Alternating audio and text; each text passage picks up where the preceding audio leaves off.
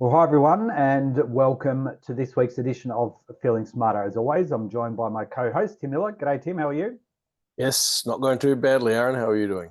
Not too bad, thank you. So we're going to continue on our journey around trusteeship and membership of funds. Of course, we have our upcoming SMSF masterclass on this topic.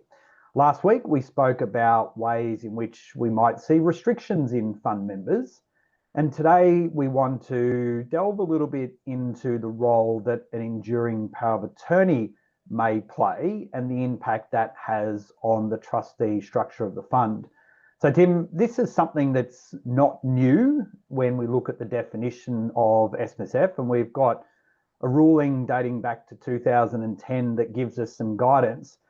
And whilst it might not have had as much application back then, it is certainly becoming more and more relevant as we're seeing an aging population within the SMSF sector.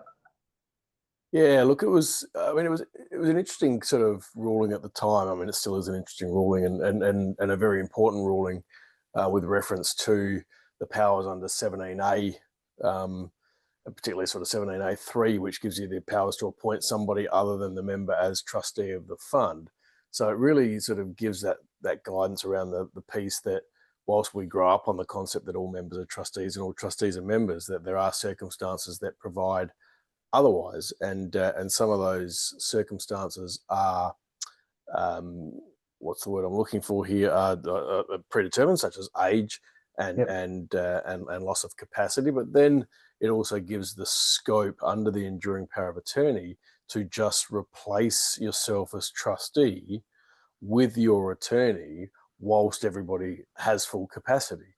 And so it's ultimately saying, and then as you talk about with an aging population, it not only gives you an opportunity to say, you know what, the time is right to contemplate sort of putting someone else in, but it also then enables situations like we spoke about previously with regards to traveling overseas and other things where you might struggle to meet the central management and control requirements or whatever of the fund. So the ruling is a pretty important one because, as you say, everyone's aging.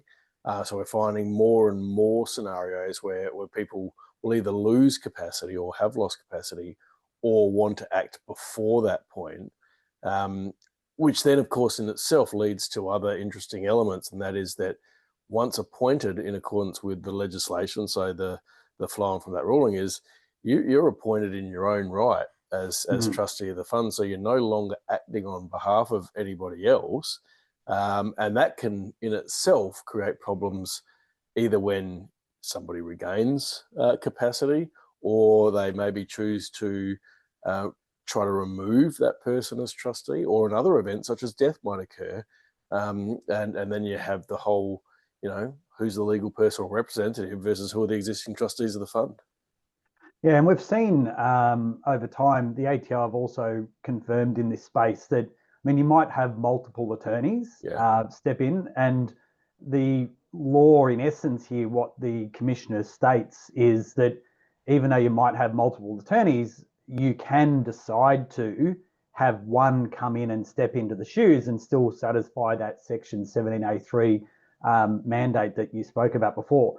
But there are some really important aspects of that. And that really goes back to the point that you just raised, insofar that that person steps into the fund in their own right, and therefore all the decision making ultimately rests with that one individual. So it does become a really important decision at that point in time that if you have multiple attorneys that are meant to be acting jointly with you, is that actually going to be replicated back in the fund, or is someone just coming in because of it's convenient, because they're the one close at home and someone else might be interstate and so on and so forth. So these are just a number of factors that we ultimately need to contemplate at that point in time.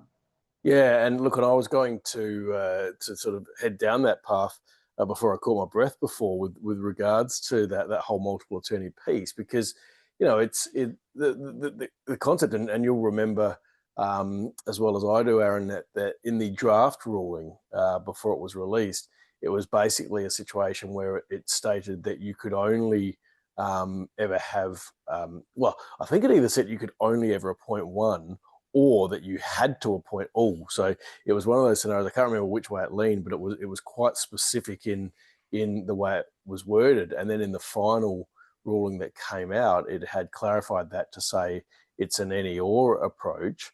And that in itself creates potential issues if you've got a family member who is the member of the self-managed super fund, and they potentially have, let's say, 3 children, for an example's sake, and they have them all acting as the executors of their will, but also as under an enduring power of attorney. Well, how do you pick, right? And more importantly, I think with all of these sorts of things is an issue that I always raise when discussing it is, have you discussed SMSF trusteeship with the people who you appoint as your legal personal representative in your will, or who you appoint as legal personal representative due to an enduring power of attorney?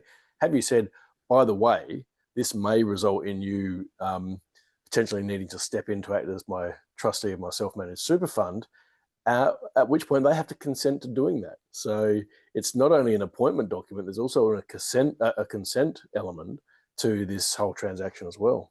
Well, I think the other part to that is yes, consent, they need to be doing that, but they then also need to ensure that they are obtaining their director ID. So there's a whole heap of administrative functions that sit with that. And then they need to be eligible to be a trustee in the first place as well. So you've got your disqualification issues and whether they can act in that capacity. So it's not an easy process, but I think one of the important things is when we conceptually talk about all trustees must be members and directors or trustees, we can get these really interesting scenarios where we might end up with a single member left in the fund, but that single member, whilst they might have capacity, might somewhat step away from that role, and we might actually have 2 kids in there. So it'll be, Jenny and Toby as trustee of the fund, or directors of the corporate trustee looking after that fund for mum, who really had no understanding of how the SMSF was running because the husband may have been that dominant trustee who was controlling that. There's reasons why that fund may still exist, and therefore the makeup would look quite confusing if you looked at it at face value, which is why therefore putting all the building blocks in place around the documentation becomes really, really important. Well, not only that, and I 100% agree with that, how important it becomes, but also the practical steps associated with the appointment. I mean, I've seen circumstances before where somebody has it's been identified that the person has lost capacity, and so they were contemplating the trusteeship of the fund, but in the background, before contemplating the trusteeship of the fund, they hadn't acted on the bank account authorities, and that person still had authority to act on the bank account, which then ultimately gave them access to the money, which in their mind was their money anyhow.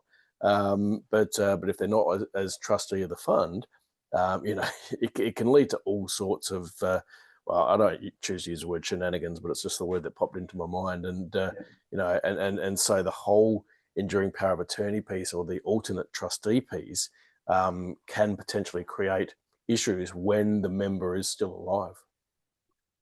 Yeah, well, ultimately, these are just some of the discussions that we're going to be having in our upcoming masterclass, which will be on Tuesday, the 25th of November. So if you want to find out more, you can visit our website, smartersmsf.com/events, and you can find out more as we start to unpack many of these issues around trustee and member changes. Thanks again, Tim. Always a pleasure, Aaron. We'll see you next week. Bye for now. Bye.